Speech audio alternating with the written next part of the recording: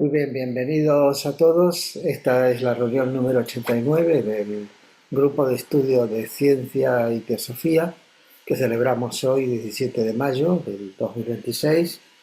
Y bueno, estamos, aparte de agradeceros a todos la presencia,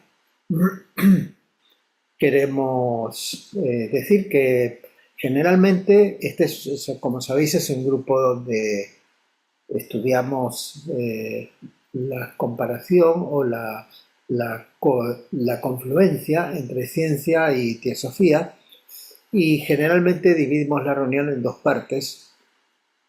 Una primera parte donde hacemos una presentación alguno de nosotros hace alguna presentación de un tema científico que tenga, digamos, asimilación con la teosofía, o que tengamos algo que decir desde el punto de vista teosófico. Y luego, en la segunda parte, estudiamos la doctrina secreta, seguimos con el estudio de la doctrina secreta de Blavatsky en la parte que corresponde del tomo 1, Cosmogénesis, y en la parte que corresponde a la sección 3, que es doctrina secreta y ciencia contrastadas.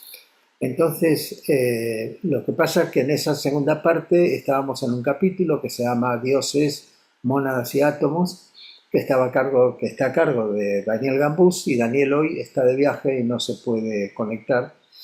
De tal manera que hoy hemos hecho un cambio, digamos, una innovación por hoy, y Rodolfo Gil aceptó de buen grado, y muchas gracias, Rodolfo, a hacer un tema que es apunte sobre la conciencia, según la ciencia y la teosofía, que él dijo que, bueno, que como le llevaría, ya dijo, le dije, es que me van a llevar dos reuniones.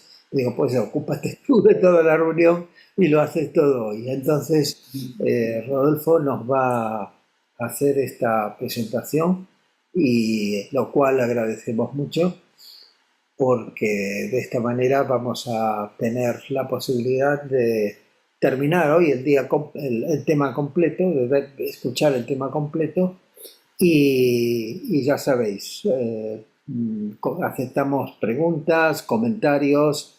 Rodolfo es miembro de la sociedad en República Dominicana y es un estudioso de los temas estos de la teosofía, de la doctrina secreta, y también un forofo de la ciencia. Así que, Rodolfo, adelante, por favor. Gracias. Gracias. Buenas tardes a todos, buenas noches.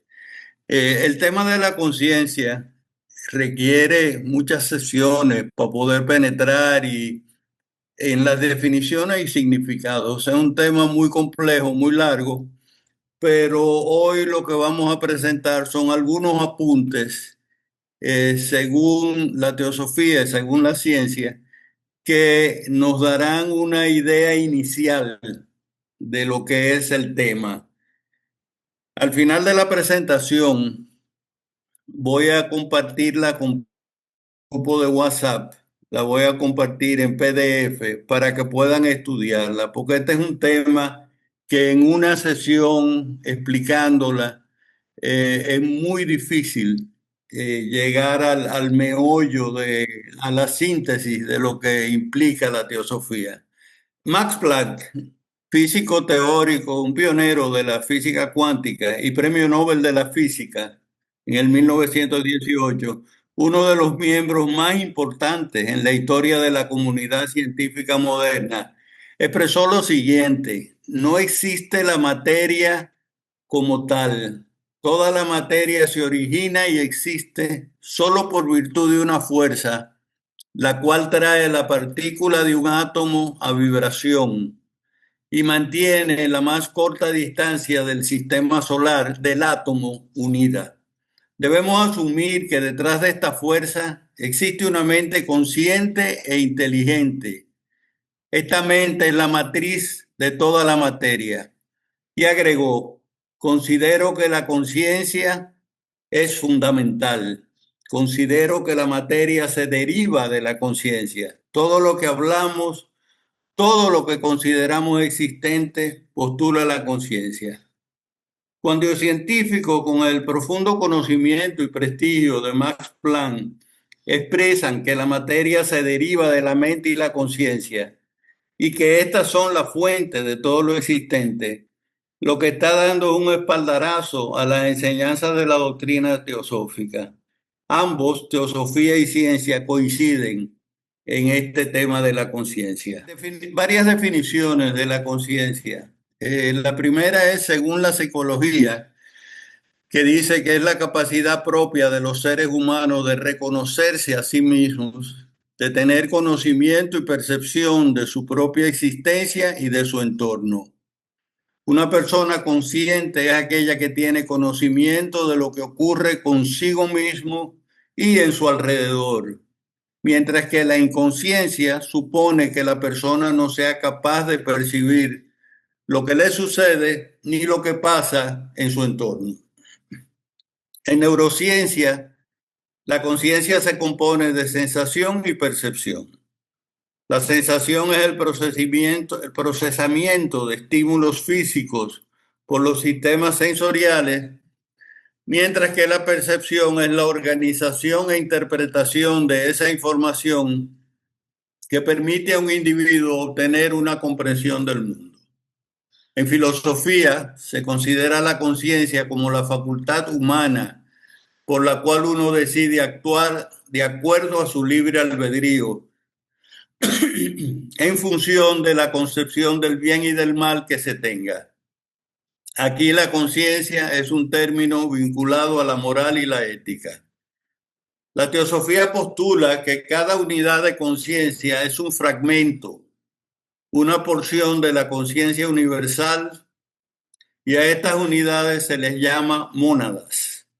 Esta conciencia individual es un rayo indisolublemente unido a la conciencia universal en el marco de un esquema jerárquico que se inicia desde la conciencia universal hasta el átomo para, a través de un largo proceso que llamamos evolución, retornar hasta su origen. Antes de entrar en el corazón de esta presentación, es necesario comentar el llamado problema difícil de la conciencia, una expresión acuñada por el filósofo David Chalmers en los años 90.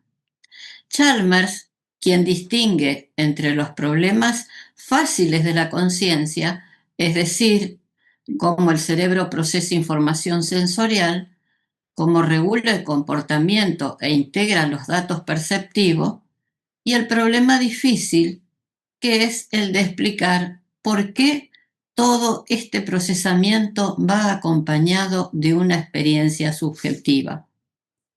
Hoy intentaremos cruzar este abismo entre lo neuronal, lo percibido por nuestros sentidos y las enseñanzas espirituales milenarias expresadas en la teosofía. Desde el siglo pasado hasta la fecha, se han publicado distintos estudios con una perspectiva integradora de varias teorías neuronales de la conciencia. En lugar de ser contradictorias, todas estas teorías pueden ser complementarias y convergentes en algunos aspectos. En el curso de la presentación vamos a ver varias de estas teorías. Todo lo manifestado es conciencia. En el estudio sobre la conciencia de la doctora Besant encontramos el siguiente párrafo. No es que el espíritu exista y milagrosamente produzca la materia para limitarse y velarse, sino que espíritu y materia surgen simultáneamente del eterno, como una modalidad de su ser, con mayúscula, ser, como una forma de manifestación del todo. En las páginas siguientes veremos que espíritu y materia son los dos polos opuestos de la conciencia, pero manteniéndose siempre unidos. Cada partícula es conciencia, y desde el mismo instante que inicia la manifestación del universo, surge con el potencial de la totalidad, aunque yace dormida en la diversidad de las formas. Nada está inmóvil, todo se mueve, todo vibra. El Kybalión nos dice, desde el corpúsculo y el electrón, desde el átomo y la molécula hasta los astros y los universos, todo está en vibración. Y esto es igualmente cierto en lo que respecta a los estados o planos de la energía o fuerza y a los planos mentales y espirituales que pueden todos definirse como determinados estados vibratorios. No es solamente que todo vibra, todo lo que existe es vibración. Más adelante comprenderemos mejor este concepto en la medida que vayamos explicando las diferentes ideas. Es bien Sí, sabido que cuando se coloca arena sobre una placa de metal en vibración, asume una serie de figuras regulares y curvas de varias formas. Eso se encuentra en la Doctrina Secreta, en el tomo 1, en la página 106. Y ahí se comparte una dirección para poder entrar en YouTube y ver la imagen esta que ahora no la podemos mostrar. En el experimento original, realizado por el físico alemán Ernst Florenz Friedrich Chladni, en 1756 a 1827, es la época que vivió, se fijaban las placas mediante un eje central para producir un efecto estacionario y se producía la vibración con un arco de violín. Las diferentes frecuencias sonoras inducen diferentes modos de vibración, por lo que los dibujos sobre la placa van cambiando conforme se modifica la frecuencia del sonido. ¿Qué es adelante. la vibración?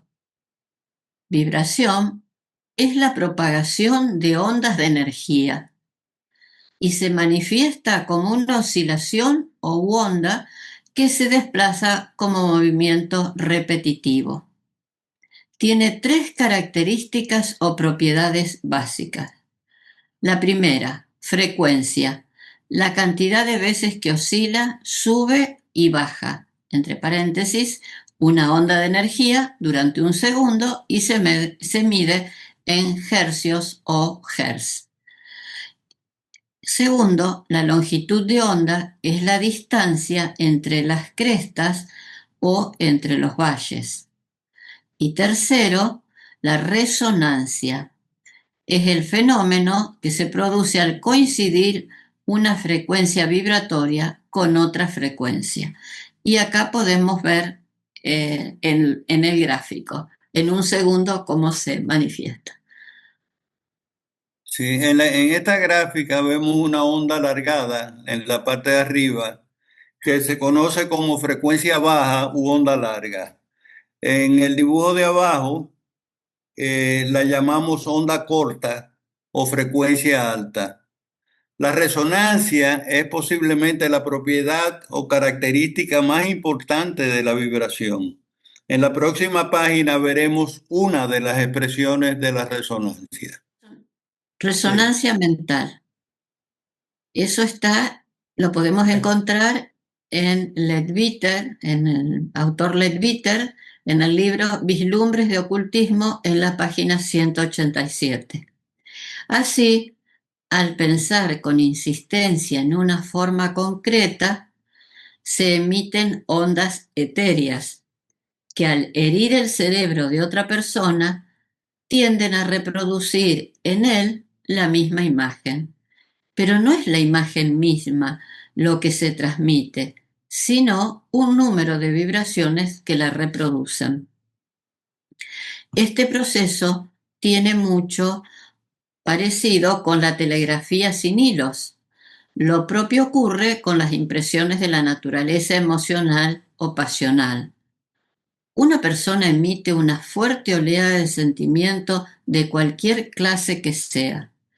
Irradia cierta especie de vibración astral que tiende a reproducir tal estado de sentimiento en otra persona cuando hieren su cuerpo astral.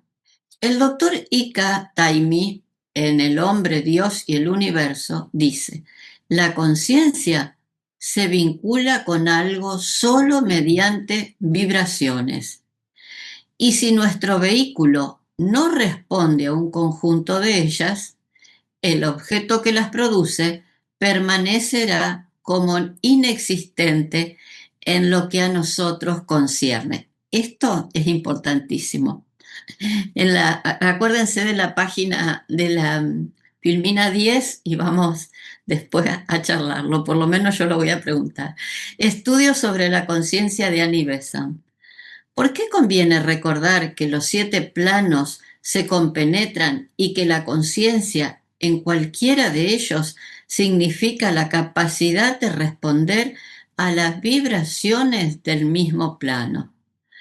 Así como un hombre puede ser consciente en el plano físico porque su cuerpo carnal está organizado para recibir y transmitir las vibraciones físicas, pero ser del todo inconsciente en los planos superiores, aunque las vibraciones de estos ondulen en torno de él, porque todavía no tiene sus cuerpos superiores debidamente organizados para recibirlas y transmitirlas.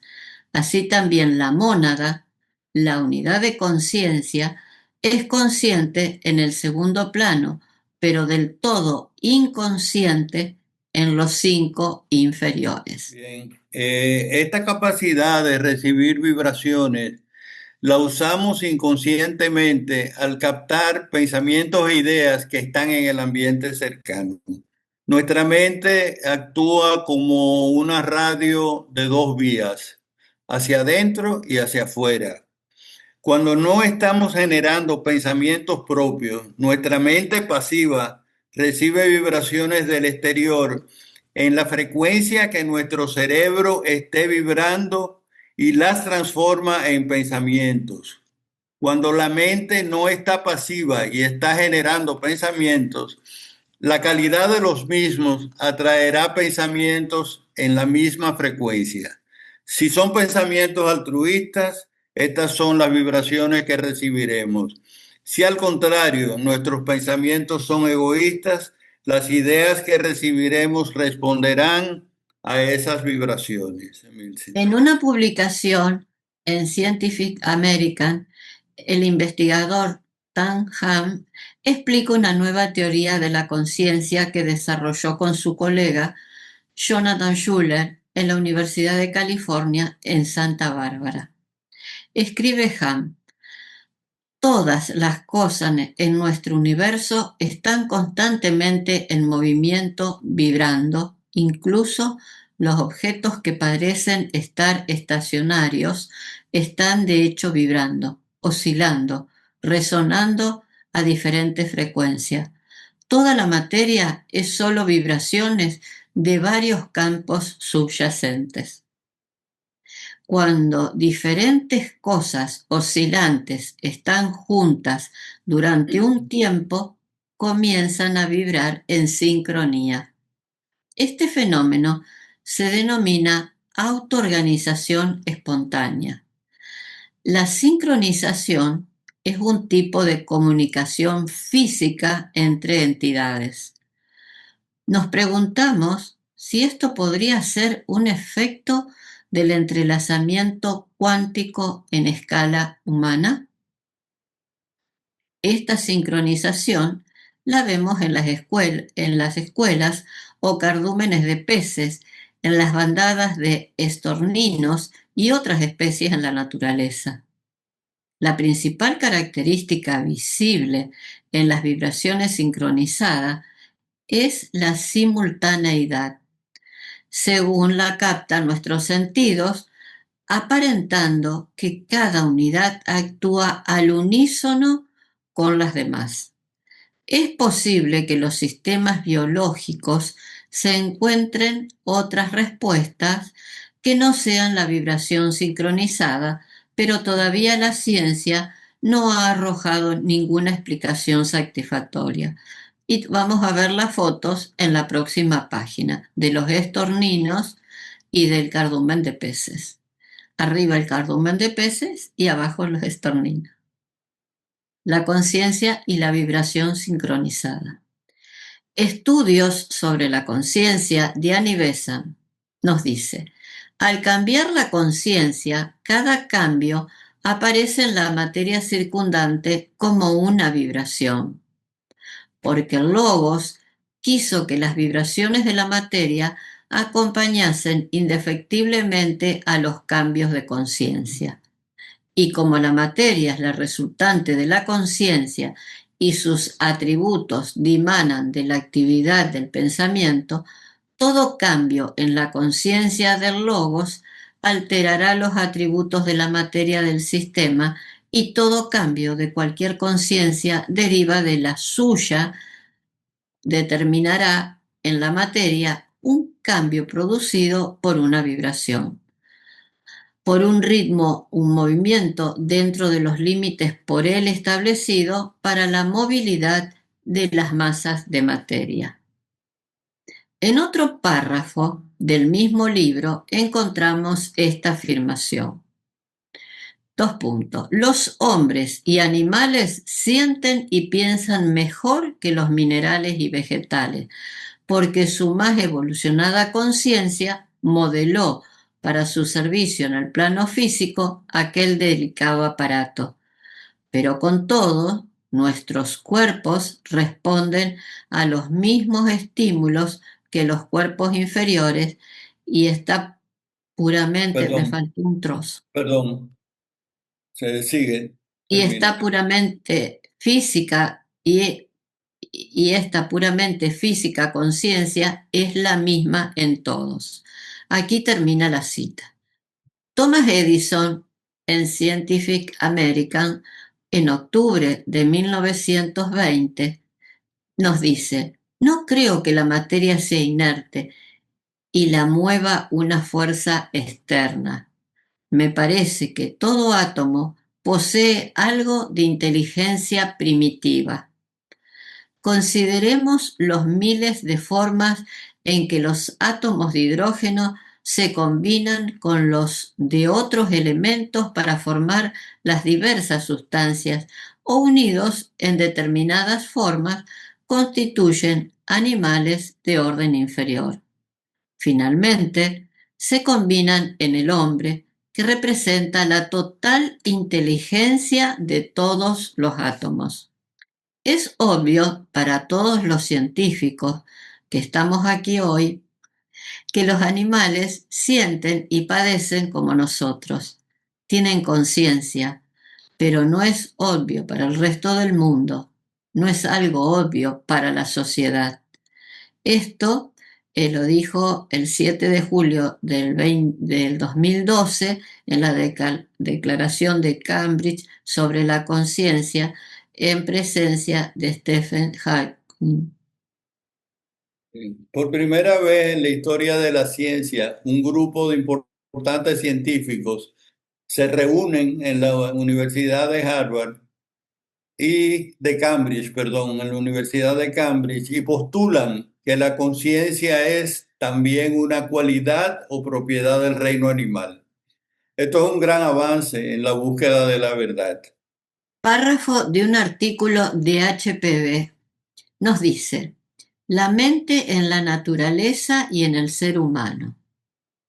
La idea de que la conciencia existe en todo átomo universal y la posibilidad que el ser humano controle completamente las células y los átomos corporales debería ser descartada como un sueño, solo porque los papas de la ciencia no han otorgado a la conciencia y a dicha posibilidad el sello de aprobación.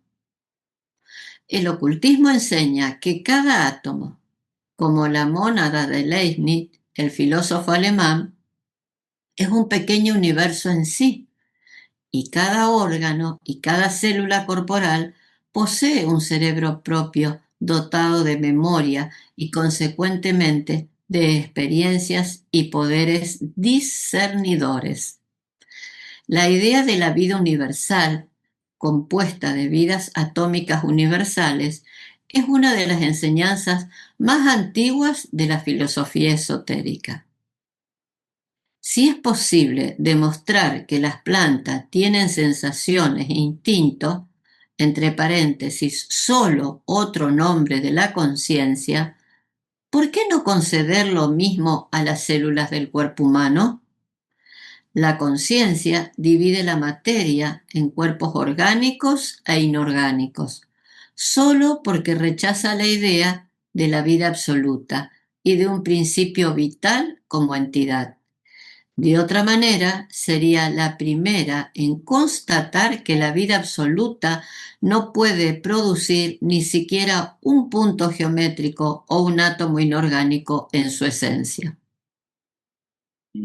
La conciencia no necesita sistema nervioso ni cerebro para expresarse en forma de instinto. Cada especie tiene en su ADN las instrucciones para desarrollar no solo la forma física que ocupará, también los instintos particulares de la especie. En organismos sin sistema nervioso, lo que llamamos instinto no es un comportamiento aprendido o una emoción. Son patrones de conducta programados en su bioquímica, en su propio ADN. Annie Besant, en el estudio sobre la conciencia, nos dice: el hombre es el microcosmo del universo y su cuerpo sirve de campo de evolución a miríadas de conciencias menos desarrolladas que la suya. A ver, hace un tiempo vimos algún vídeo de, donde se mencionaba del escritor, del científico y escritor del libro, perdón, del Tao de la Física, Neil Kaplan.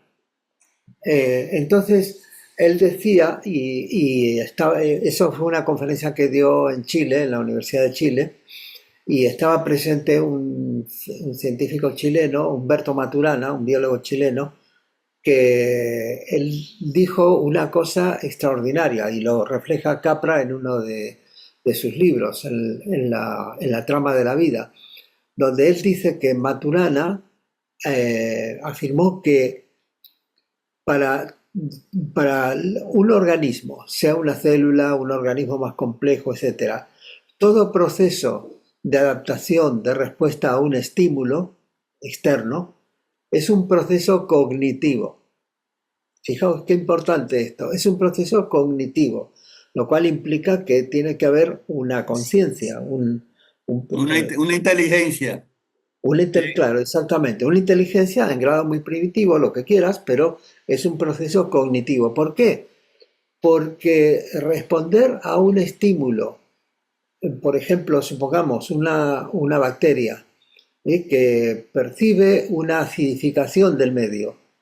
Hay un estímulo químico, el medio se hace más ácido y entonces no le conviene y decide salir de ahí, escapar, buscar, moverse y buscar un lugar menos ácido. Eso es un proceso cognitivo, dice, porque hay una reacción y hay algo que tiene que hacer y que recuerda respecto de eso.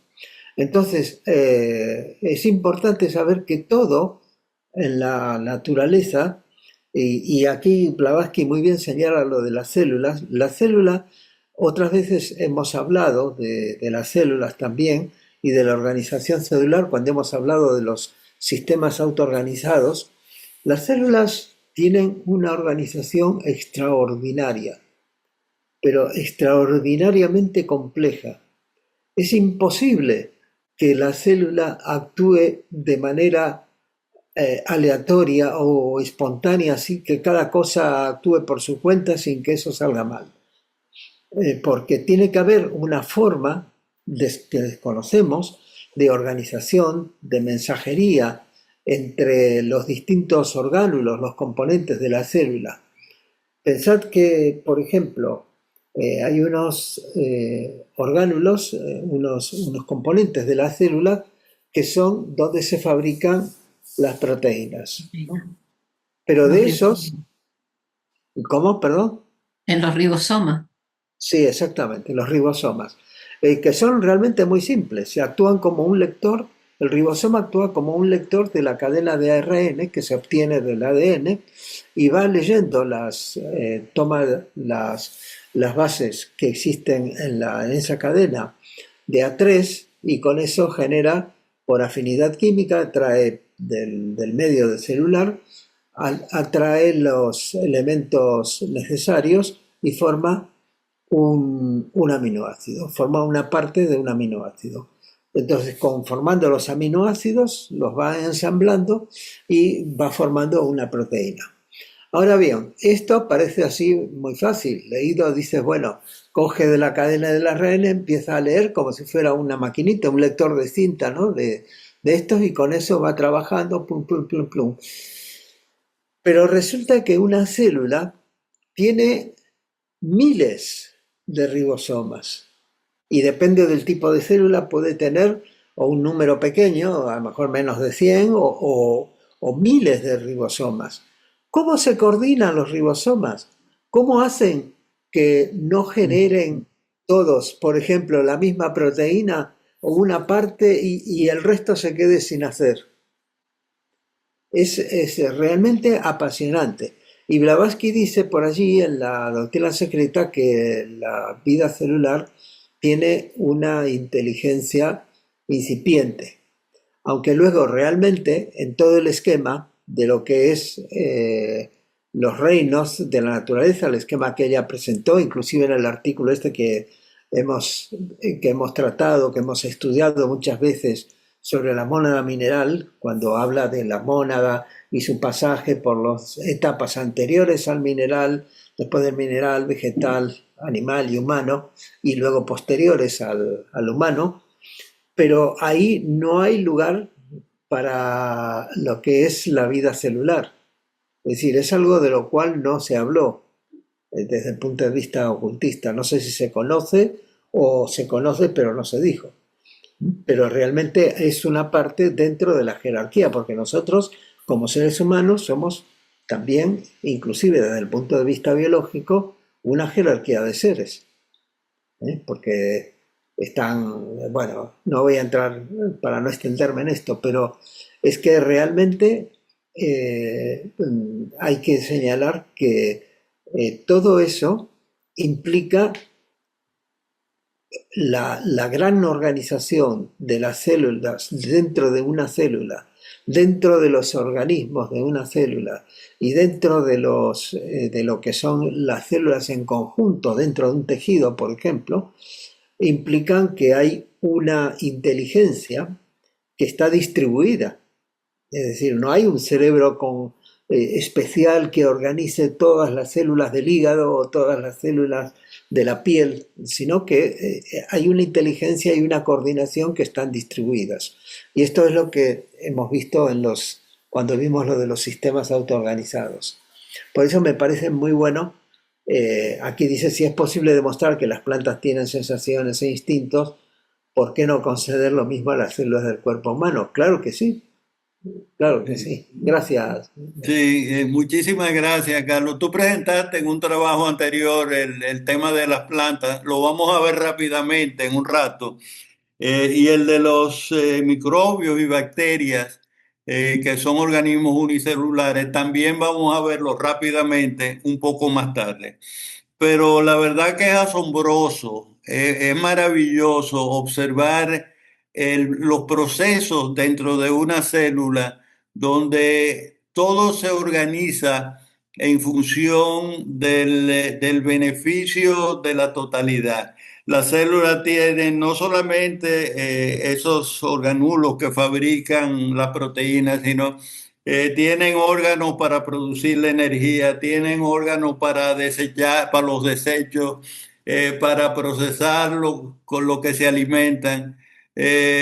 Son muy complejas las células, hay una complejidad que asombra en cada órgano, en cada centro de vida.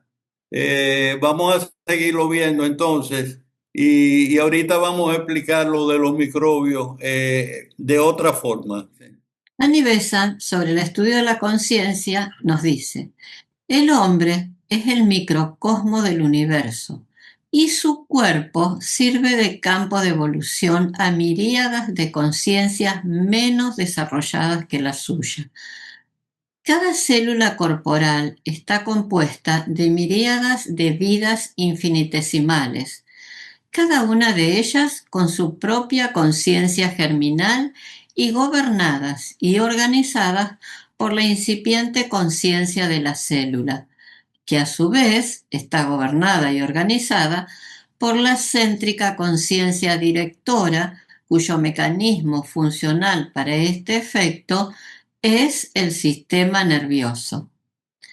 Todo sistema nervioso, cualquiera que sea su elaboración, consta de células y sus incrementos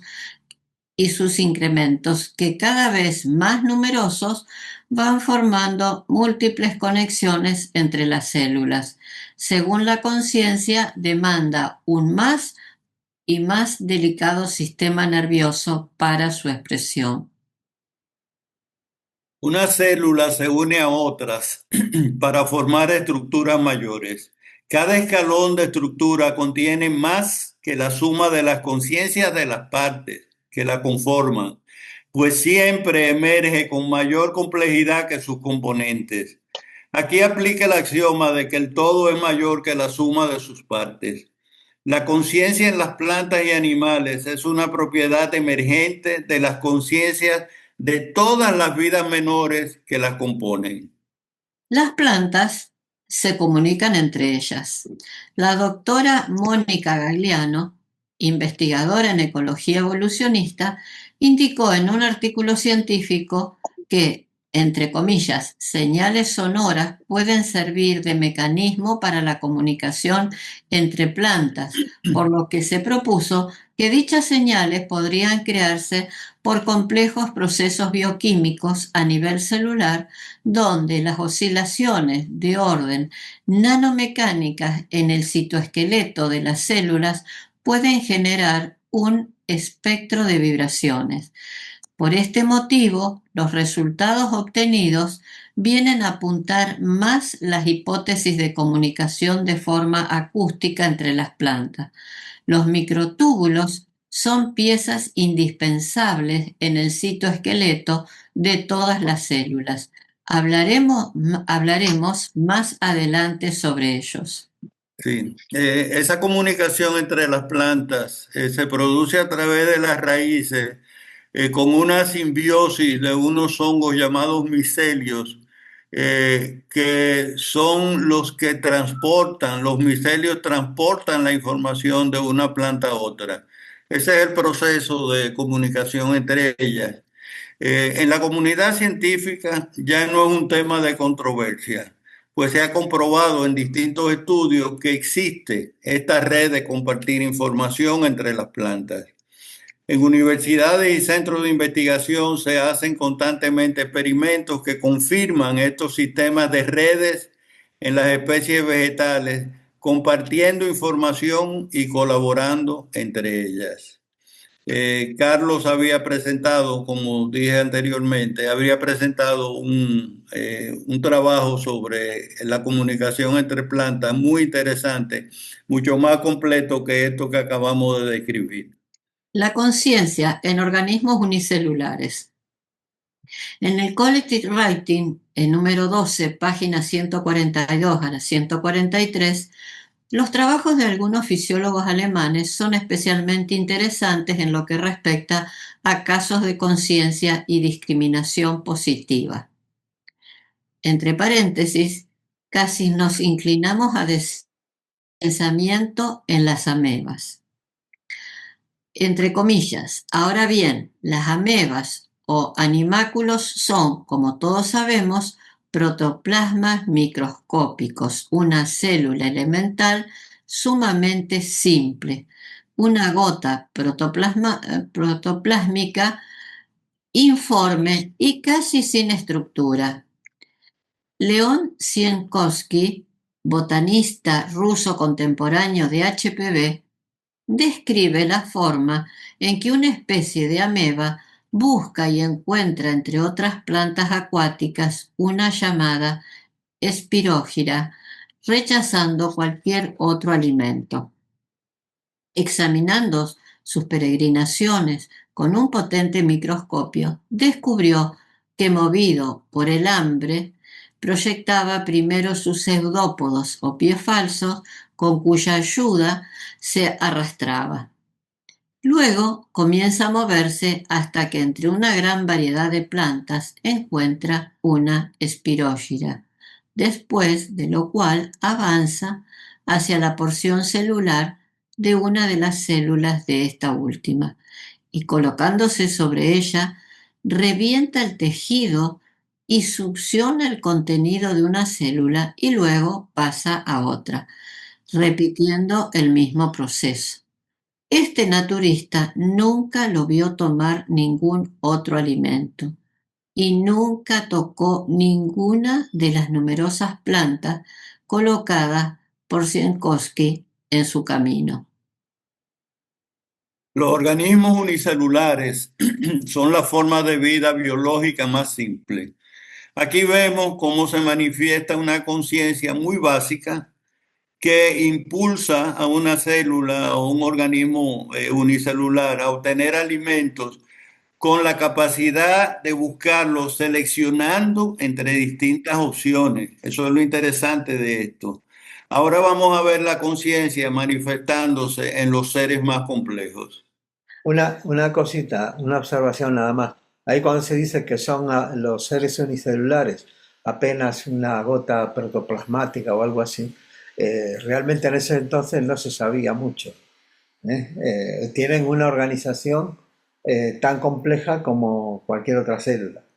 Tienen de todo, o sea, realmente, o sea que no penséis que es simplemente así como casi una cosa, un poco de sustancia química y ya está, para nada, ¿eh? No se puede menospreciar. Gracias, Carlos. Claro, estamos hablando de esto del siglo XIX, ¿eh? Ha pasado un poco de... Sí, sí, fue contemporáneo de Blavatsky, era Zientkowski. Autoconciencia en los peces. Ahí también hay para compartir una dirección para poder entrar y ampliar la información. En el año 2019, un científico japonés publicó un artículo que daría lugar a un debate científico que duraría más de media década. Un debate sobre el comportamiento animal, con él en un lado y el resto del mundo en el otro. Su nombre es el profesor Masanori Koda y es la primera persona en el mundo en proporcionar evidencia concluyente de que hay familias de peces que son autoconscientes. Quizás esté familiarizado con las afirmaciones a lo largo de los años de otros animales que han pasado la prueba del espejo.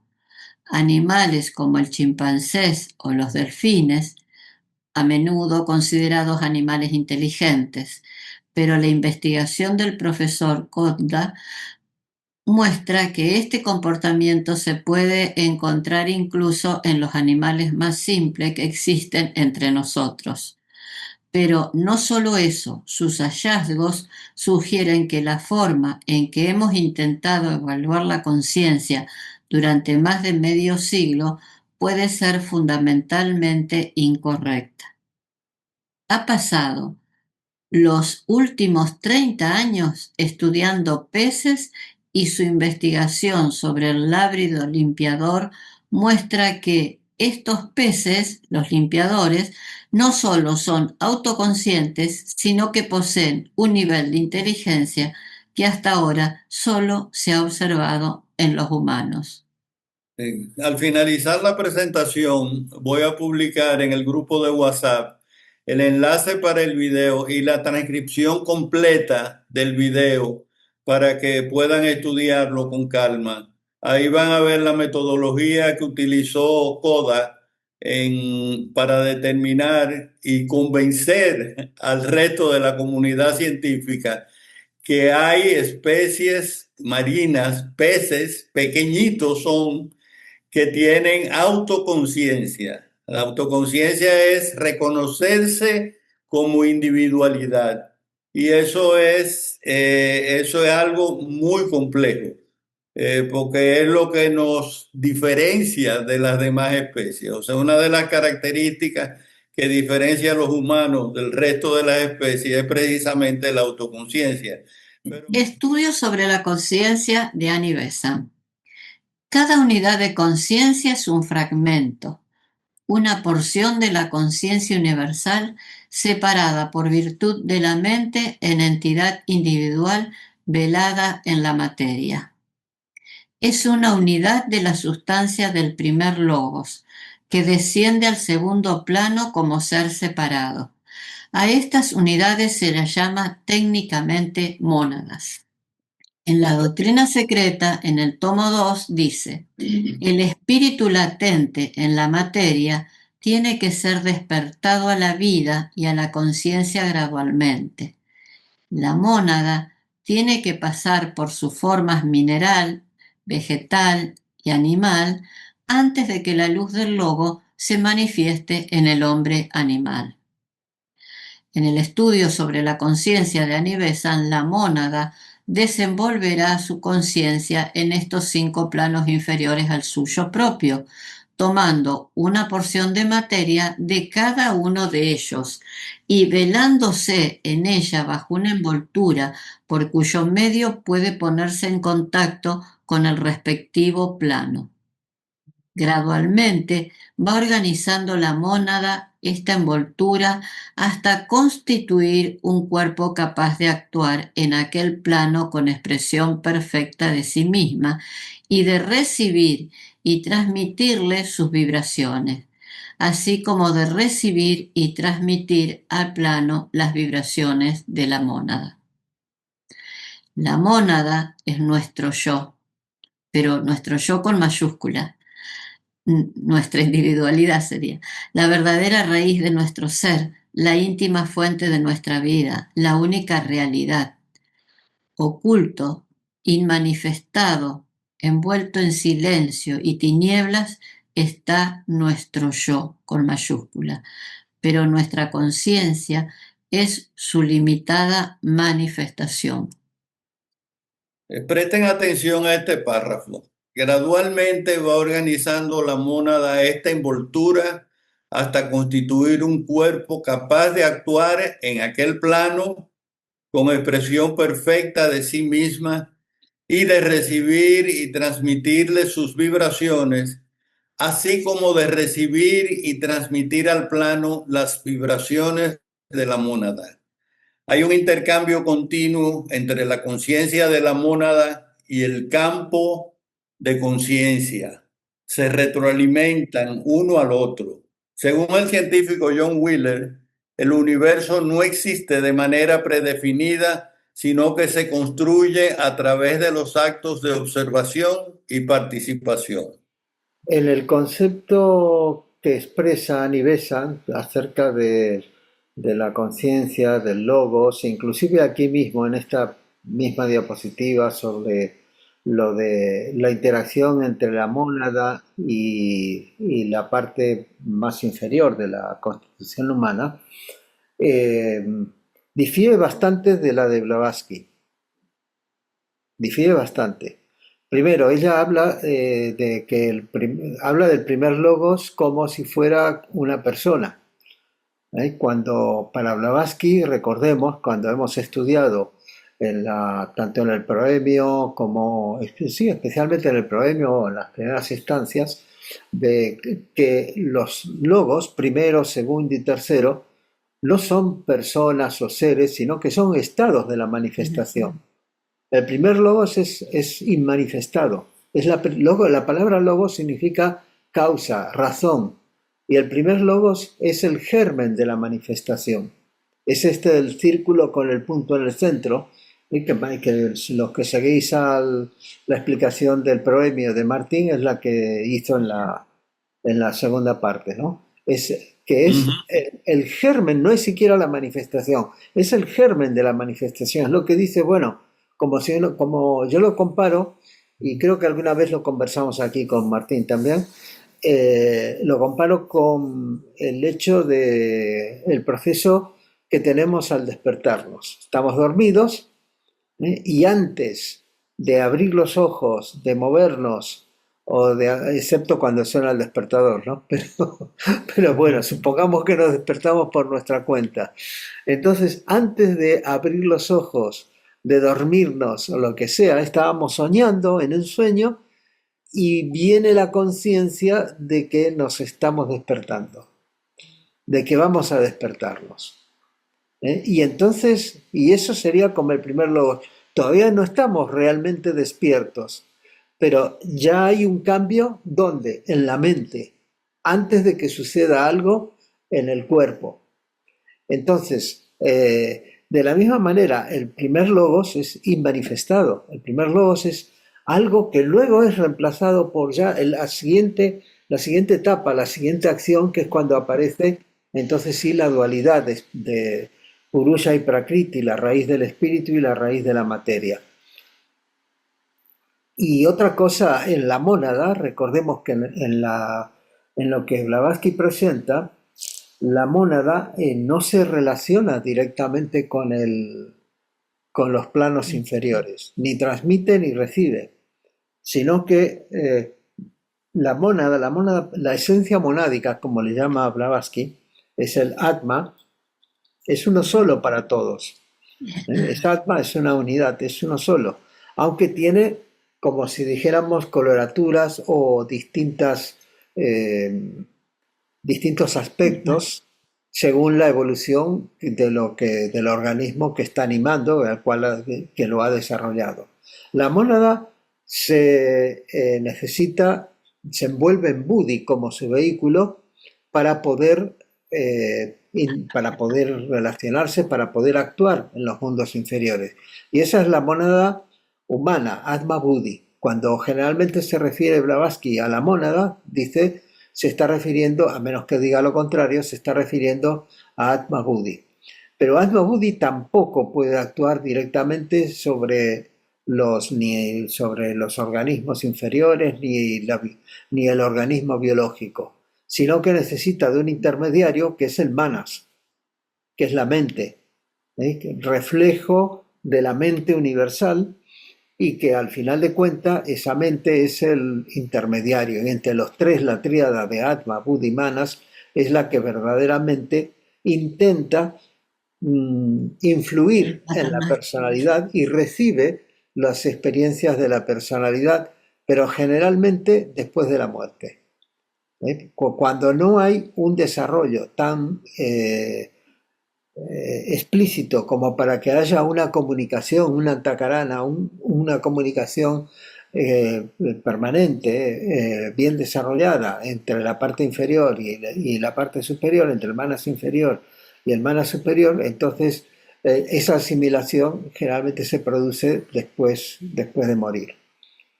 Y nada más, perdón, esto lo quería señalar, esta diferencia, porque es importante, porque si no, no entendemos muy bien, Besant, Sí. es que hay que tener en cuenta que Besant presentó un esquema que es diferente al de Blavatsky. Es correcto y muchísimas gracias, Carlos, por la aclaración. Con relación a los tres logos, la misma Blavatsky explica que no son seres, no son dioses, no son individuos, no son, son solamente etapas de la manifestación. O sea, son las diferentes etapas. Primer logo es la primera etapa. En el segundo logo aparece la raya, la división, es la división todavía sin manifestar de la dualidad, es lo que va a ser la dualidad del universo, lo que es la regla básica del universo, los pares de opuestos. Y el tercer logos es donde se manifiesta el universo. Así que gracias por tu aclaración. Es bueno definir siempre ese tema, que es la diferencia entre lo que explica Blavatsky y algunos de los conceptos que la señora Besant tiene. que no están de acuerdo con lo expresado por nuestra maestra, por nuestra máster En HPV. realidad, por eso justo cuando nos dan manas, es el hecho de tender, o sea, de ser humanos, ¿no? De llegar a ser hombres, porque semanas enfocado en su parte, la mente inferior, es lo que se llamaría la psique, lo que sería que depende mucho de nuestros deseos y adversiones. Y la mente superior es la que en realidad sería en algún momento esa manas taijasa, pero además necesitamos el cuaternario. El cuaternario es el que nos permite hacer todo ese trabajo acá en la Tierra. El día que dejemos el cuaternario inferior, bueno, ahí tal vez, y esa es mi pregunta, tendremos un poquito más de visión cercana a la realidad, digo yo, porque ahora todavía estamos envueltos en la nube del no saber. Bueno, Aló, buenas tardes. Sí, en cuanto a lo que decía Emilce, ¿nos podría aclarar que ese concepto de psique es lo que se menciona en psicología o es psique, la relación que se hace psique como el alma humana? ¿Ah? la psique se usa mucho en filosofía, por ejemplo, en la filosofía que le explica Platón, pero en realidad eh, la psique está referida a esa parte de manas que está unida más a los deseos, a la parte, no vamos a decir animal, a los deseos, a las tendencias Kama, nuestras, a camas, kama, exactamente, eso kama es lo que manas. quería decir, camamanas. En cambio, la otra parte no, es la que está iluminada por Budi o que tratamos, por eso que es bueno estar bastante tiempo con una mente, yo diría, limpia, hablándolo así muy vulgarmente, incluso para nuestra salud, porque según lo que veíamos acá, también la manifestación de una enfermedad primero empieza en nuestra mente, ¿no? Bueno, Blavatsky explica que primero, el principio de manas es uno, pero que en realidad se divide cuando se polariza, igual que se polariza al aparecer el segundo logos en espíritu y materia, el manas también se polariza en manas superior y manas inferior. De hecho, Blavatsky lo considera como un solo principio, pero inmediatamente le apunta, hay manas que se dividen en dos, manas superior y manas inferior. El manas superior que se une al Atma Buddhi y el manas inferior que está más unido a lo que es el resto de principios de la personalidad, notablemente kama, prana y el cuerpo físico. Bien. Ahora bien, lo que pasa es que esta idea de que realmente manas es uno es útil para comprender que nosotros a veces tendemos a dividir demasiado las cosas y a esquematizarlas y a ubicar en planos y pensamos que todo está dividido, pero no, todo está Estratificado. como un conjunto. ¿Eh? Estratificado, te decía. Claro, claro, nosotros lo pensamos en estratificado y tal, pero funciona como un conjunto, ¿eh? Como, igual que si estudiamos un coche, por ejemplo, y decimos, bueno, está el sistema motor, el sistema eléctrico, el sistema de conducción, etcétera, pero todo está funcionando como una unidad, como un conjunto. El caso es que por eso decimos que en el caso del manas es necesario la creación de ese puente del antakarana que viene a tratar de comunicar esas dos partes o esos dos aspectos, esas dos puntas de manas, si queréis llamarle así, la que está entre, por un lado, con Kama y el resto de la personalidad, y la otra que está con el Atma Buddhi. Y ese antakarana significa una comunicación entre nuestra personalidad, nuestro yo personal, y lo divino que hay en nosotros, lo superior, lo trascendente. Cuando el antakarana está suficientemente establecido, se destruye. ¿Qué quiere decir esto que se destruye? Que ya no es necesaria una comunicación porque la mente actúa como una unidad. Hasta tanto, necesitamos construir ese puente, ese enlace. Cuando hacemos una meditación, un estudio o esos momentos de inspiración, estamos construyendo ese puente. Nada más. Claro, eso es lo que en la voz del silencio nos advierte, ¿no? Que no destruyas este antakarana mientras no esté completamente desarrollado hacia la triada, hacia ese Atma Buddhi primero que mencionas como mónada, pero esa mónada es completa solamente cuando está con manas, ¿no? Ahí hablamos recién como mónada para nosotros, porque mientras tanto es la mónada divina nada más, ¿no? Yeah. Gracias a todos. El tema de la mónada es para 2 o 3 charlas.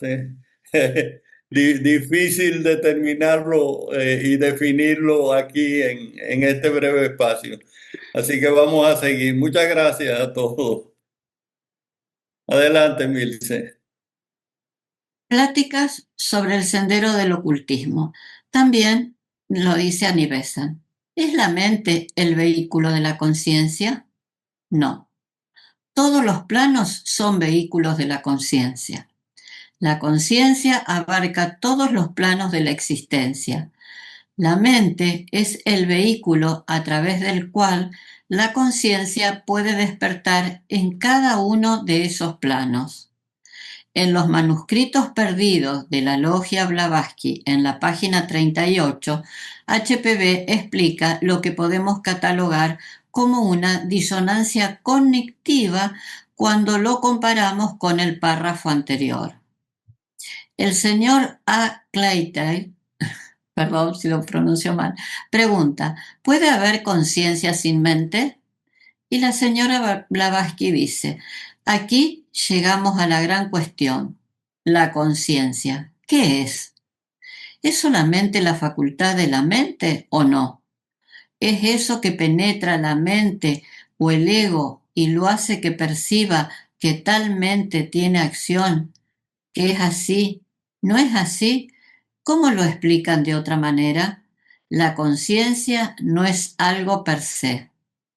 Es una facultad de la mente. Eso es lógico. Esto es lo que Hamilton dirá y lo que todos los idealistas orientales dirán. Ellos no pueden decir nada más. Es algo inseparable de la mente, a no ser que sea la mente de un idiota, claro, que no tendrá ninguna conciencia. Bien, aquí presentamos las 2 ideas sobre la mente, la idea de Besan y la idea de Blavatsky. Personalmente yo me quedo con la explicación de Blavatsky. Aquí simplemente Blavatsky hace uso del sarcasmo, ¿no? Refiriéndose a los que dirían los estudiosos, los académicos de la época, ¿no? Dice, la conciencia no es algo per se, es una facultad de la mente. Dice, ¿cómo lo explican? Dice ella, diciendo esto, la conciencia no es algo per se, sino que es una facultad de la mente. Y luego menciona a este señor Hamilton, dirá, y todos los idealistas, bla, bla, bla. La idea teosófica es absolutamente la opuesta. Recordad que uno de los principios básicos del ocultismo es que no hay materia sin conciencia. Entonces, donde hay materia hay conciencia, y donde hay conciencia hay materia. Por lo tanto, Blavatsky lo que dice primero es esto, dice que efectivamente tiene que haber siempre conciencia a través de cualquier medio, inclusive las emociones, el kama, pues es también una forma de conciencia, ¿sí? Es el deseo, el poder del deseo. ¿Cómo lo explicas de otra manera? Es parte de lo que es la conciencia. Y lo mismo al final con lo que decíamos de la vida celular, del cuerpo y todo, que es muy complejo y es una jerarquía de conciencias. Estudios sobre la conciencia de Annie Besant nos dice cambios en los vehículos y en la conciencia. ¿Qué ocurre respecto al vehículo físico en la recepción de las impresiones y su subsiguiente recuerdo, que esto es la memoria de ellas? Una vibración externa percute en un órgano sensorio que la transmite al correspondiente centro del cerebro, en el que vibran un grupo de células cuya vibración las deja en estado algo distinto del que tenían antes de la recepción.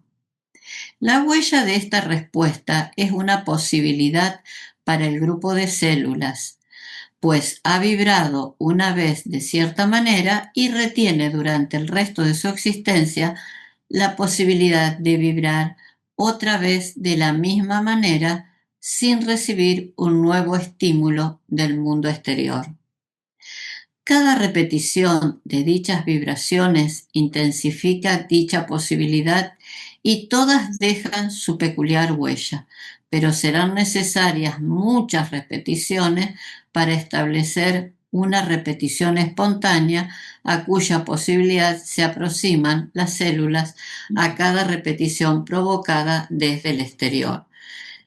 Pero estas vibraciones no se detienen en las células físicas, sino que se transmiten más adentro a las correspondientes células o grupo de células de los vehículos sutiles, hasta determinar un cambio de conciencia que a su vez reacciona sobre las células e inicia desde el interior una repetición de las vibraciones que constituye la memoria del objeto causante de la serie de vibraciones.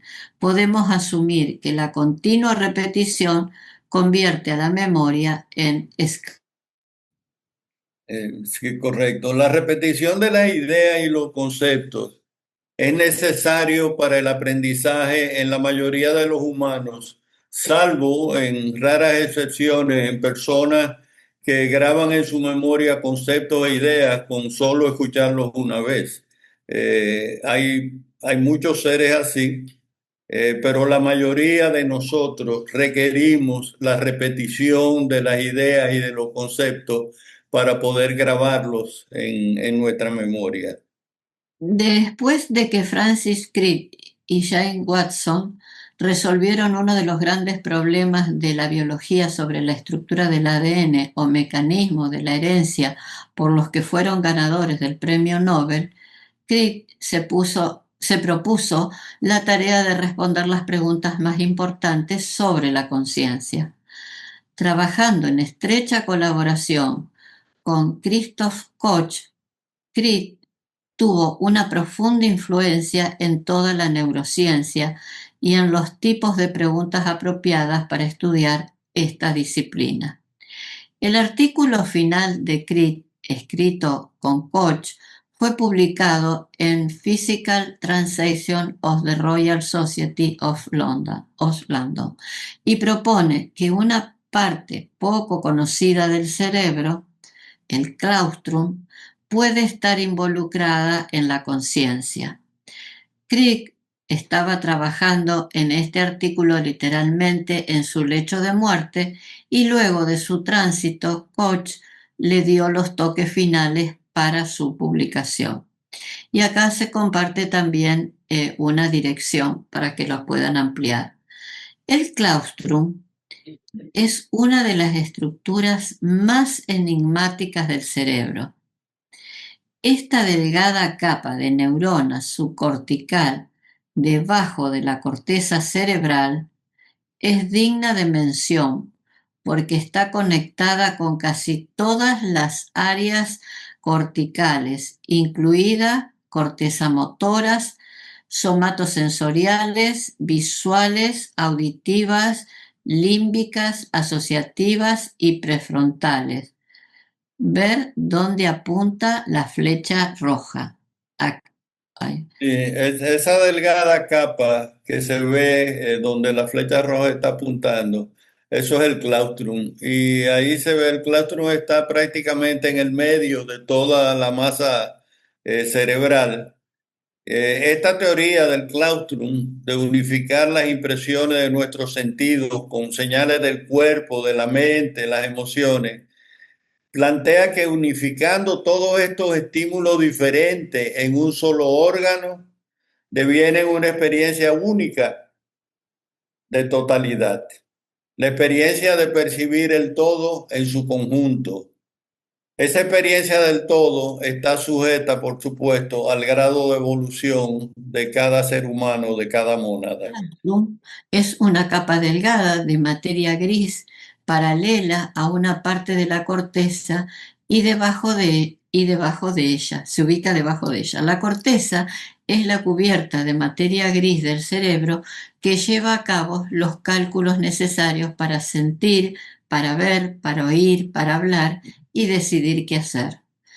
En febrero del 2015, Christoph Koch anunció que su equipo identificó 3 neuronas que llegaban desde el claustrum en los hemisferios cerebrales izquierdo y derecho y una masiva que envuelve todo el cerebro como una corona de espinas. Estas neuronas pueden constituir nada menos que las vías que permiten la conciencia expresarse. Crick y Koch comparan el claustrum con el director de una orquesta, quien es responsable de unir las interpretaciones de los músicos individuales en un todo integrado que puede ser mucho más que la suma de las partes. Las conexiones neuroanatómicas del claustrum coinciden con el conductor que unifica los diversos componentes dispares de la experiencia consciente representada en muchas regiones diferentes del cerebro. Esto lo encontramos en la revista Nature del año 2005, el del 22 de junio, y Nature es la revista científica multidisciplinaria líder en el mundo, publicada por primera vez en 1869. ¿Es la conciencia un campo cuántico? Leemos en la doctrina secreta: el reino de Akasha es el noumeno indiferenciado y espacio abstracto que será ocupado por Chidakasa, que es el campo de la conciencia primordial. Tiene muchos grados, tiene 7 campos. El primero es el campo de la conciencia latente. El lama Anagarika Dharmapala apunta que en la tradición hindú el espacio se llama Akasha, aquello a través de lo que las cosas adquieren una apariencia visible, a través de lo que adquieren extensión y corporeidad. Akasha comprende todas las posibilidades de movimiento, no solo físico, sino también espiritual, y del mismo modo comprende también dimensiones infinitas. Se llama el espacio de la conciencia. La teoría cuántica de campos describe la materia como vibraciones de diferentes campos interconectados a nivel cuántico, y es la teoría física comprobada experimentalmente con mayor precisión a escala subatómica. Los 7 campos a los que se refiere la doctrina secreta en el plano más denso o plano físico son los llamados en la física moderna campos cuánticos. En estos se materializan todas las cosas. De acuerdo a la teoría cuántica de campos, solo existen los campos cuánticos, y esos campos fundamentales de la naturaleza no están hechos de cosas físicas. Podemos decir que las cosas físicas están hechas de la interacción entre ellos. Las perturbaciones, entre paréntesis vibraciones, entre los distintos campos y el campo de Higgs es lo que percibimos como partículas. La principal diferencia entre los campos más sutiles y los más densos es la frecuencia vibratoria. El bosón o partícula de Higgs es un tipo de partícula elemental que tiene un papel fundamental en el mecanismo por el que se origina la masa de las partículas elementales. La masa es una propiedad intrínseca de la materia física, sin la cual no podría existir el universo como lo conocemos. Una hipótesis personal es que el llamado campo Higgs es la manifestación del plano material más denso de la casa, pero esto es simplemente una idea mía. Claro que hace unos años estuvimos viendo y comentando muy en detalle un vídeo se llamaba David Tong, de la Universidad de Cambridge, en donde explicaba la teoría de los campos cuánticos a nivel divulgativo, ¿no? Y realmente apasionante, él lo explicaba muy bien, es un gran estudioso y comunicador, y realmente nos llamaba la atención porque había muchas cosas que estaban muy bien desde el punto de vista teosófico. Él decía esto justamente que dices aquí, esto de que la materia, los electrones, él decía que hay un campo cuántico por cada partícula elemental, un campo cuántico para el quark up, un campo cuántico para el quark down, así para cada uno, para el electrón, en fin, para cada una de las partículas elementales, lo cual daba 12 campos cuánticos más uno más para el campo de Higgs, que es el del bosón, ¿no? El del bosón de Higgs. Pero resulta que esos campos siguen siendo campos que están unidos a la realidad material. En la casa, parece ser más bien, digo parece, porque aquí somos todos estudiantes y todos tenemos nuestras ideas y nos hemos hecho nuestras composiciones a partir de lo que leemos. Pero la casa para mí es más bien un campo de información. Es un campo porque inclusive en la física explicaba David Tong que cada uno de los campos cuánticos posiblemente, aunque todavía eso no lo podían saber, pero posiblemente se pudieran unir en un solo campo. O sea, es decir, podríamos descubrir un campo que incluya a todos los distintos campos de todas las partículas elementales. Pero todo eso estamos hablando a nivel físico. Pero a casa creo que es algo más, que es un campo de información. A ver, estos campos también tienen información, por supuesto, porque si no, todo campo tiene información.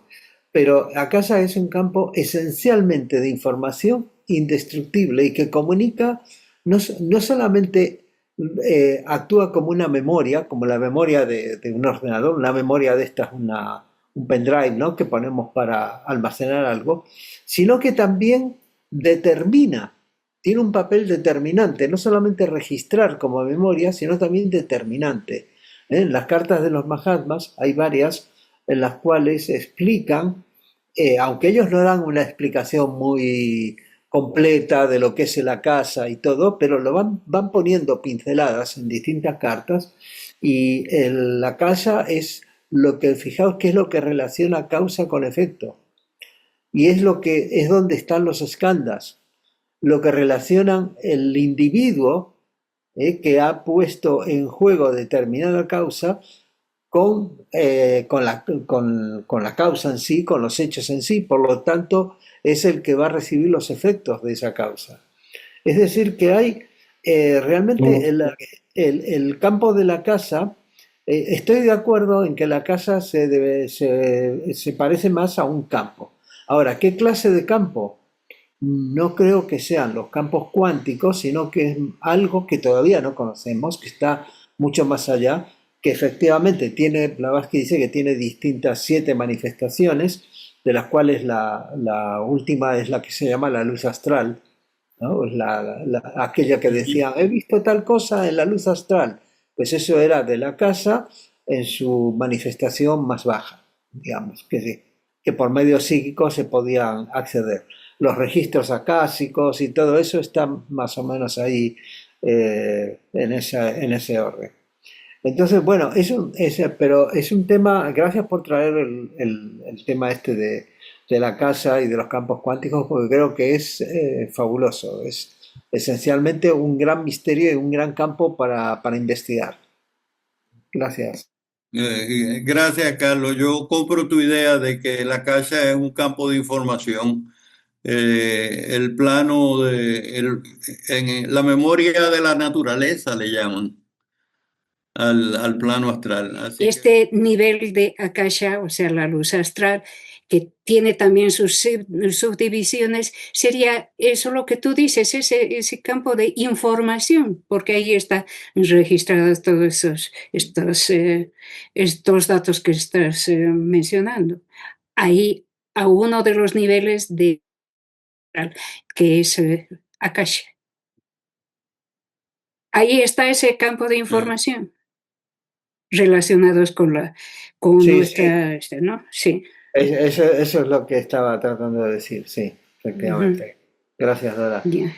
La reducción objetiva orquestada de Roger Penrose y Stuart Hameroff, conocida como ORT-ORT, representa uno de los intentos más audaces de unir la física cuántica con la biología celular. Su hipótesis se desarrolló a principios de 1990 y fue reconocida como teoría en el año 2010. Sir Roger Penrose, Premio Nobel de Física, partió de una observación lógica fundamental basada en los teoremas de incompletitud de Gödel.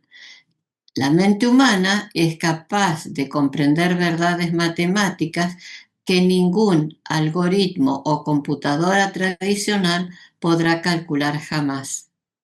Si nuestra mente no es algorítmica, entonces no puede ser un simple software ejecutándose en hardware biológico clásico. Penrose planteó la hipótesis de que la conciencia debe surgir de procesos físicos no computables que ocurren a escala de Planck. El tejido más infinitesimal del espacio-tiempo, el encuentro con el anestesiólogo Stuart Hameroff, proporcionó la pieza biológica faltante, los microtúbulos. Estas minúsculas estructuras proteicas dentro de las neuronas no solo servían como esqueleto celular, sino que actuarían como entornos protegidos en los que las partículas subatómicas pueden existir en un estado de superposición cuántica.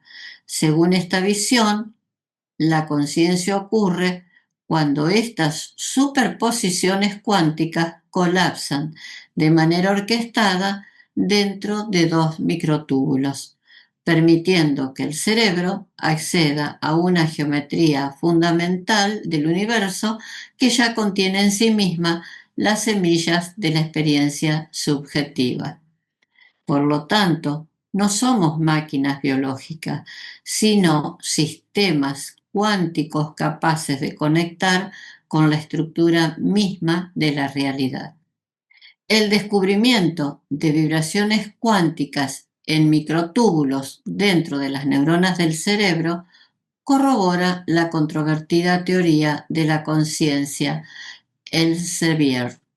Elsevier es una revista científica de mucho prestigio. Tiene todos los años del mundo publicando los trabajos de diferentes científicos y es reconocida. O sea, es la revista que cada científico quiere hacer la publicación de su teoría o de su hipótesis en esta revista para que posteriormente sea revisada por otros científicos y aprobada por la comunidad. De eso se trata, que la importancia de esta publicación en la revista Elsevier. Sigue, Emilce. La reducción objetiva orquestada, que es OR, plantea que la conciencia del cerebro se origina de procesos dentro de las neuronas y no de procesos entre las neuronas. Este proceso cuántico es orquestado por estructuras moleculares llamadas microtúbulos. Estas estructuras son esenciales en la formación del sistema nervioso en vertebrados superiores y también intervienen en diversos procesos celulares. Los microtúbulos dan forma y estructura a todas las células. Los microtúbulos son parte fundamental de las neuronas en el cerebro. Las neuronas, con sus largos axones y dendritas, necesitan muchos microtúbulos que les sirvan de soporte. Podría decirse que las neuronas están realmente hechas de microtúbulos. Paramecios y amebas unicelulares que no tienen neuronas tienen microtúbulos. Estos organismos pueden nadar y hacer cosas muy complicadas. No tienen sistema nervioso y aparentemente están controladas por el citoesqueleto y su sistema de microtúbulos. El diámetro exterior de un microtúbulo es entre 23 y 27 nanómetros.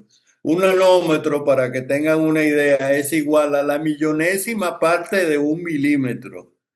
La millonésima parte de un milímetro. Y estas estructuras, sus dimensiones, se miden en nanómetros.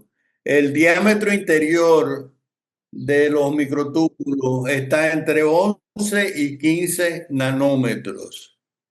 Entonces, eso es, bueno, a eso se refiere este dibujo. Vamos a seguir. Emilce. Colapso de la función de onda. La función de onda colapsa cuando es observada. Penrose argumenta que la conciencia no causa el colapso de la función de ondas, sino sugiere que la conciencia es el colapso de la función de onda. Es un colapso cuántico que libera unidades fundamentales de despertar de conciencia. Los efectos gravitacionales a nivel cuántico causan que las funciones de ondas colapsen automáticamente, emitiendo pequeños destellos de conciencia que resultan en nuestra propia y continua experiencia de estar conscientes, momento a momento despiertos y vivos. Si miramos lo que está pasando entre los microtúbulos, sabemos que la conciencia en ellos ocurre unas 40 veces por segundo. En este modelo proponemos que la sincronía gamma es evidencia de un estado de colapso cuántico ocurriendo 40 veces por segundo entre redes organizadas de microtúbulos en el cerebro. En resumen, estas pequeñas estructuras dentro de las neuronas son las que producen la base física real para la conciencia. Stuart Hameroff. Y ahí tenemos la representación de las famosas beta, alfa, tita y delta, las vibraciones, ¿no? Eso, cuando meditamos y eso, estamos en alfa, creo. Esas son las diferentes vibraciones que nosotros experimentamos durante las etapas del sueño, en la primera, segunda, tercera etapa, en el sueño profundo, etc. Déjame ver, porque yo creo que dejamos de leer algo importante. No, está bien. Está bien. Entonces, las ondas gamma son el patrón de oscilación natural que tiene lugar en nosotros los humanos. Y la frecuencia de estas ondas oscila entre los 25 y los 100 megahertz, y los 100 hertz, perdón. Aunque su presentación más habitual es a 40 hertz. Se cree que las ondas gamma pueden estar implicadas en el proceso de percepción consciente. Esta teoría de Penrose y Hameroff Sí. Bueno, es una teoría, se puede decir atrevida, muy sui generis.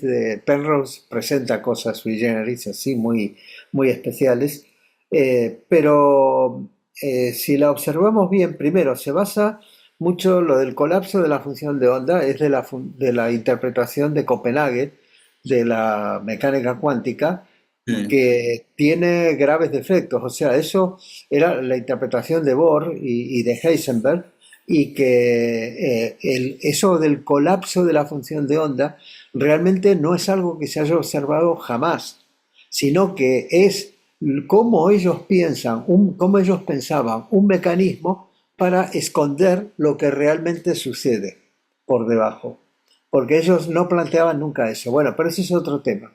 Pero lo que quería señalar es que, fijaos que al final de cuentas, lo que está buscando es un mecanismo reduccionista para explicar la conciencia. Es decir, vamos a tratar de encontrar algo físico, y en este caso nos estamos apoyando en la física cuántica, que trate de explicar cómo el cerebro produce el fenómeno, o las células inclusive producen el fenómeno de la conciencia.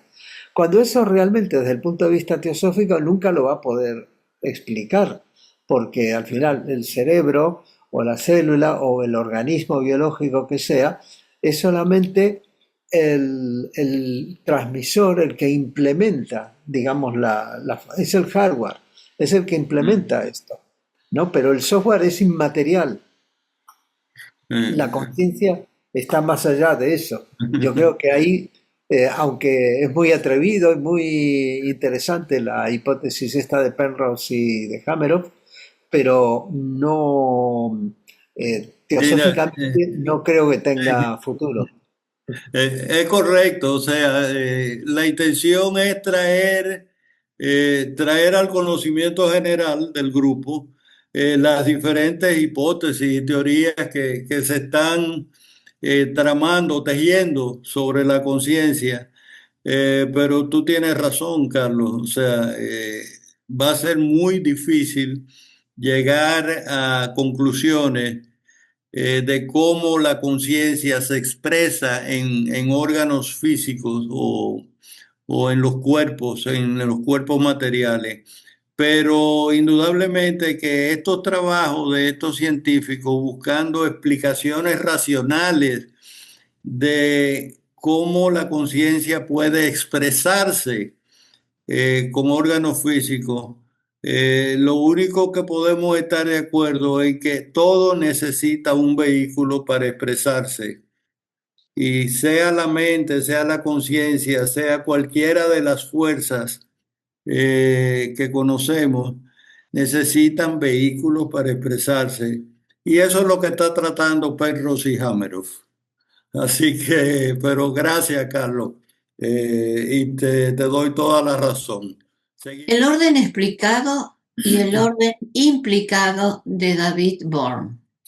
Bohm propuso que la realidad tiene dos niveles: un orden explicado, el mundo que percibimos como objetos separados, localizados en el espacio y el tiempo. Es como la superficie de un remolino en un río. Y el orden implicado o envolvente es un nivel de realidad más profundo, holístico e indiviso, donde toda la información del universo está contenido en un estado de despliegue. En este nivel, todo está interconectado y no hay separación. El orden explicado se despliega desde este sustrato unificado como el remolino emerge del flujo constante del río. El proceso del pensamiento y la conciencia también operan bajo este principio.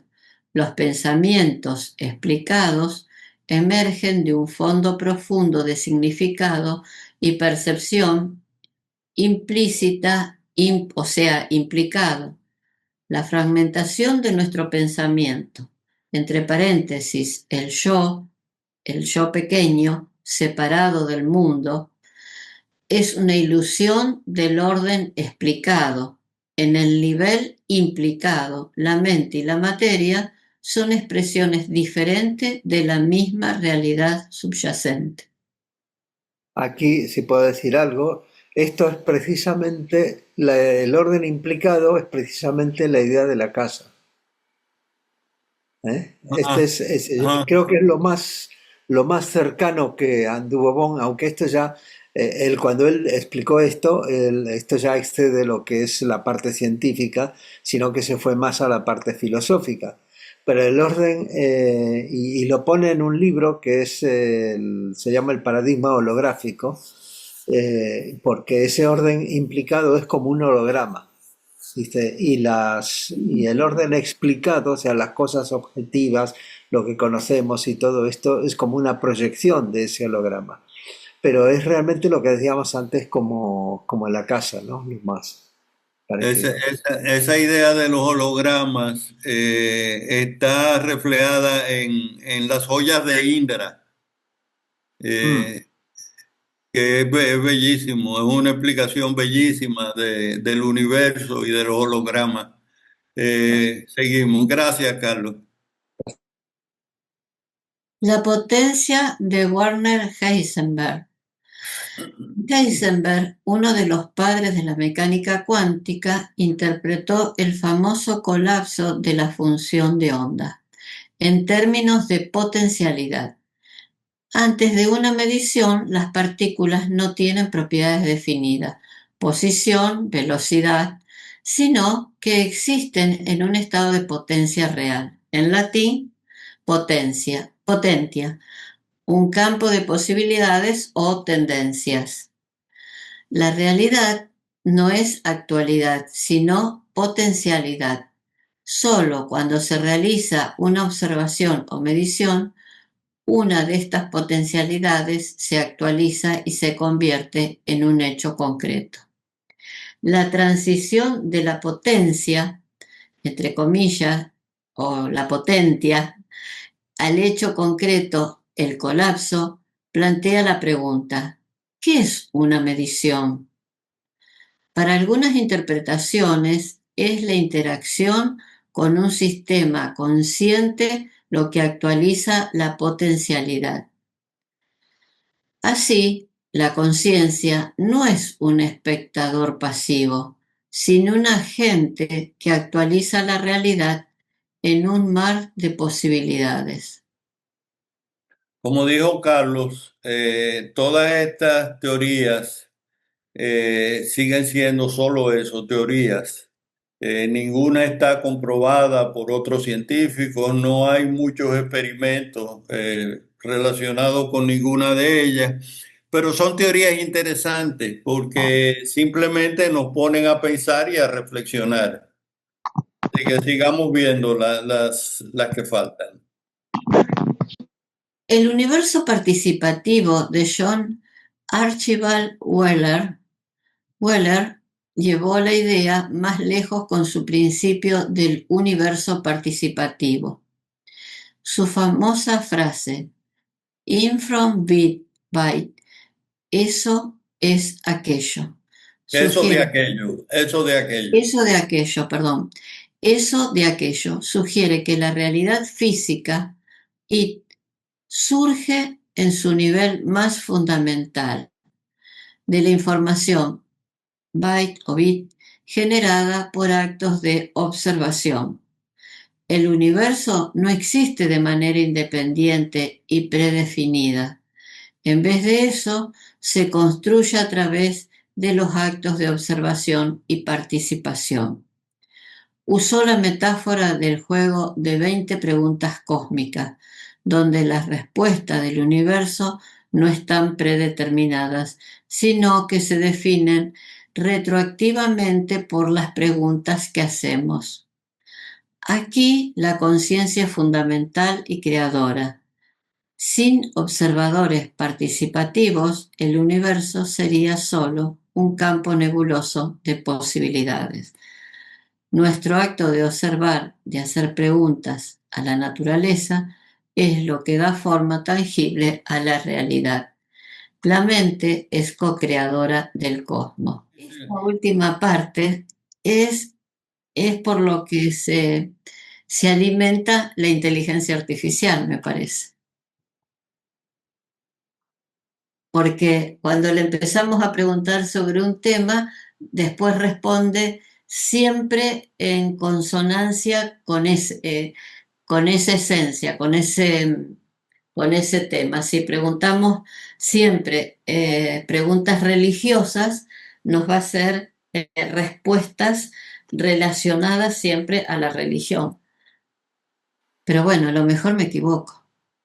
Bueno, a ver, es más o menos así, en realidad es diferente, ¿no? Pero aquí lo que decía Wheeler, es que el hecho de observar, el hecho de medir, observar aquí significa, ojo que no significa ver con el ojo como estamos acostumbrados, observa este atardecer, observa el sol, observa la luna, sino que en el dominio de lo muy pequeño, de lo cuántico, cuando observar significa interactuar, porque no tenemos ojos para ver un electrón, para ver un fotón, para ver esto. Entonces, cómo se observa? En realidad, cuando observamos el Sol o la Luna, también estamos interactuando, pero nuestra interacción es absolutamente despreciable para el tamaño ese. Pero en el caso de la física de las partículas atómicas y del dominio atómico, una observación implica hacer una medición o un experimento.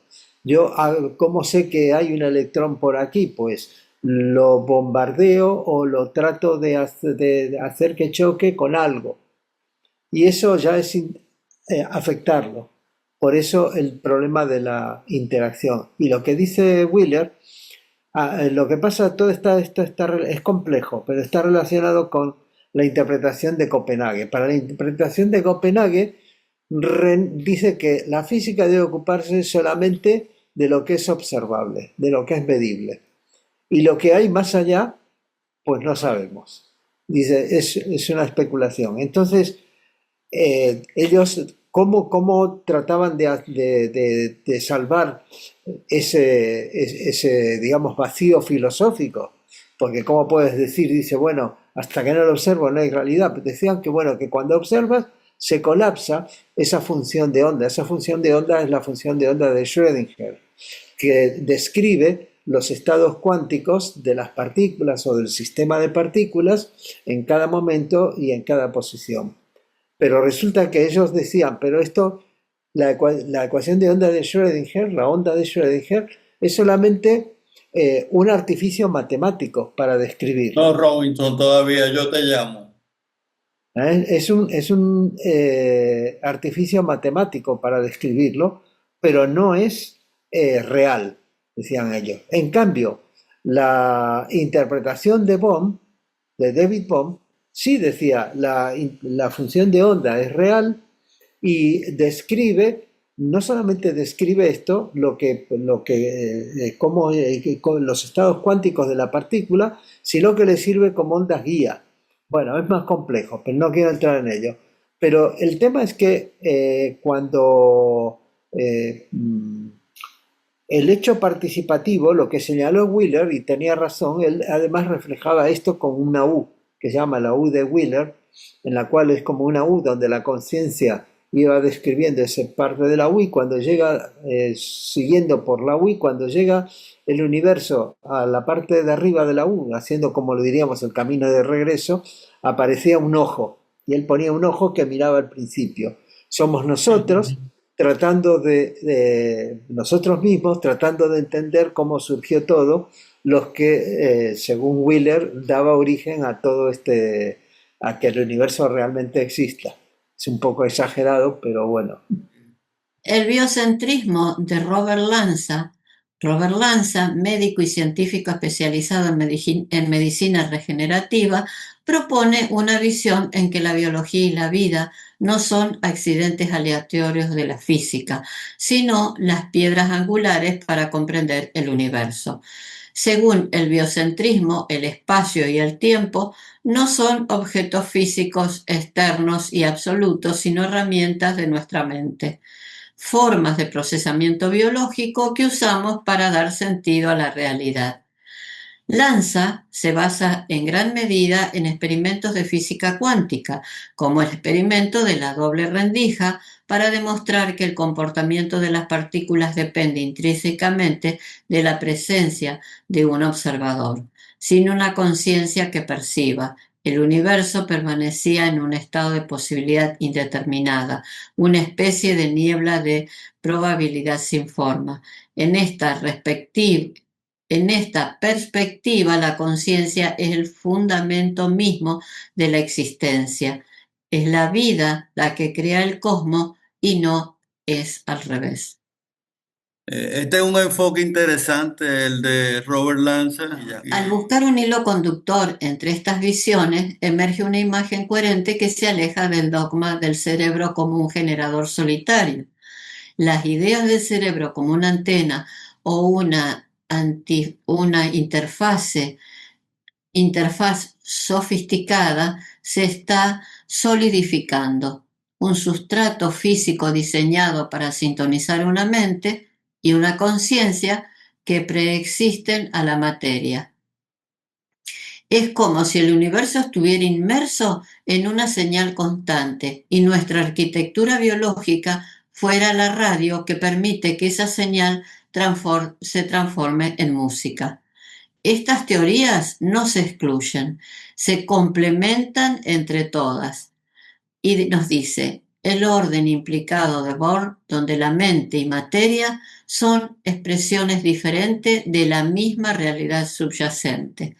La otra, la potencia de Heisenberg, donde la realidad no es actualidad, sino potencialidad. La siguiente, el universo participativo de Wheeler, donde la observación da forma tangible a la realidad. La teoría de Crick sobre el claustrum como el órgano que organiza las distintas percepciones de los sentidos para convertirlas en una experiencia unificada. La siguiente, la OOR de Penrose y Hameroff, identifica el mecanismo físico microscópico a través del cual el cerebro podía conectarse a algo fundamental. El panpsiquismo de información cuántica, que se reduce con Kit de Fahim, proporciona la ontología, es decir, la estructura filosófica y matemática que describe qué es ese algo fundamental. La siguiente, el biocentrismo de Lanza, redefine la relación entre observador y universo, coincidiendo con el universo participativo de Wheeler. En la teoría de información integrada, IIT, de Tononi, ofrece las herramientas matemáticas para medir el grado en que un sistema físico es capaz de participar en esa experiencia. Son diferentes lentes apuntando al mismo misterio, cada uno capaz de iluminar un aspecto que los demás dejan en las sombras. Y la siguiente, existe una implicación de todo esto que merece ser nombrada explícitamente, porque va mucho más allá de la física o la biología, siendo la conciencia una propiedad fundamental de la realidad y no un accidente evolutivo que apareció hace 300 millones de años en algún vertebrado afortunado. Cada momento de experiencia consciente tiene un peso que la ciencia materialista nunca ha sabido reconocer. Cada percepción, cada emoción, cada momento de conciencia no es un producto de desecho de la electroquímica cerebral, sino un evento que participa en la estructura misma del universo. No es especulación filosófica, es una consecuencia lógica de estos modelos. Y mientras esperamos que la ciencia desarrolle las herramientas para verificarlos o refutarlos, el simple hecho de que preguntas de este nivel se hayan convertido en investigación científica legítima representa en sí mismo una profunda transformación en la forma en que la humanidad se entiende a sí misma. Este viaje a los límites del conocimiento sugiere que somos mucho más que simples espectadores en el universo mecánico y sin propósito.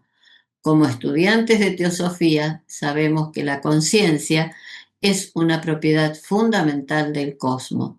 Cada pensamiento y cada percepción nuestra nos conecta con el tejido mismo de la realidad.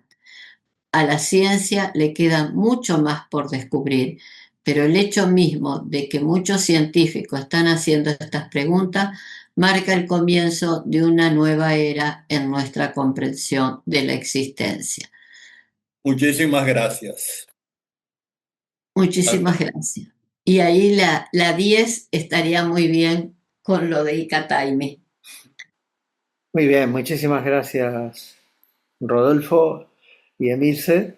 Realmente ha sido un paseo por el problema de la conciencia, por el enigma de la conciencia, con distintas hipótesis, distintos puntos de vista y distintas cosas, y es un tema apasionante. Algunos dicen, por ejemplo, que la conciencia es el elefante en la habitación de la ciencia. Sí. Viste que la metáfora esta de hay un elefante en la habitación se dice cuando hay algo muy gordo del cual nadie quiere hablar, nadie quiere decir nada porque es incómodo, ¿no? Porque se sale de los cánones comunes. El elefante en la tienda de cristales. Está Bueno, buena esa metáfora, está buena. muchísimas gracias, Rodolfo. Muy bien el trabajo. Muy bien, gracias.